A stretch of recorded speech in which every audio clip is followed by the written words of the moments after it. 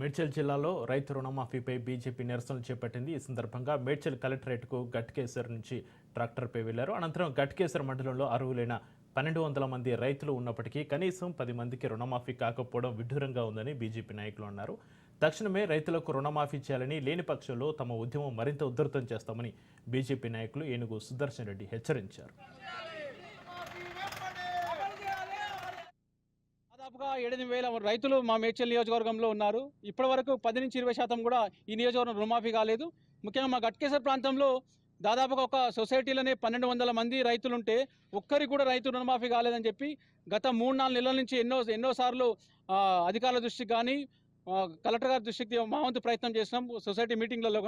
కానీ కావాలని చెప్పి ఈ నియోజకవర్గం మీద వివక్ష చూపిస్తూ ఇప్పటి వరకు రైతు రుణమాఫీ చేయకపోవడం దురదృష్టంగా భావిస్తూ ఉన్నాను. తెలంగాణ రాష్ట్రంలో కాంగ్రెస్ పార్టీ ప్రభుత్వంలోకి వచ్చిన తర్వాత దాదాపుగా 1000 మంది రైతులు ఈరోజు చనిపోయినారు. కానీ రైతులకు ఎటువంటి రుణమాఫీ కానీ, రైతుల ఆత్మహత్యలకు కానీ ఎటువంటి సంబంధిత అధికారులు కూడా ఈరోజు స్పందించలేరు. అయితే మేము మా వంతు ప్రయత్నం రైతులతో కలిసి ఈరోజు గట్కేసర్ ప్రాంతం నుంచి మేడ్చల్ కలెక్టర్ ఆఫీస్కి గౌరవ కలెక్టర్ గారికి వినతి పత్రం ఇద్దామని చెప్పి ఈరోజు రావడం జరిగింది. ఏదేమైనా కూడా రైతులు ఈరోజు సుఖంగా లేరనేది చాలా సందర్భాల్లో ఇప్పటికే మా బీజేపీ పార్టీ ఆధ్వర్యంలో చాలా సందర్భాల్లో చెప్పినాం.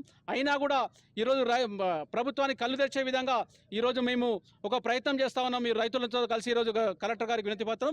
ఏదేమైనా ఈరోజు రైతు రుణమాఫీ కాదు, రైతు భరోసా పేరు మీద 15,000 అన్నాడు, అది లేదు. ఈరోజు రైతులకు విత్తనాలు లేవు. ఈరోజు యూరియా బస్సులలో కూడా ఇది కొరత సృష్టించి ఈరోజు రైతులు ఇబ్బంది పెట్టే ఈ కాంగ్రెస్ పార్టీ ప్రభుత్వం రేవంత్ రెడ్డి గారు ఇప్పటికైనా కళ్ళు తెరిచి మేడ్చల్ నియోజకవర్గ రైతులని ఆదుకోవాలని చెప్పి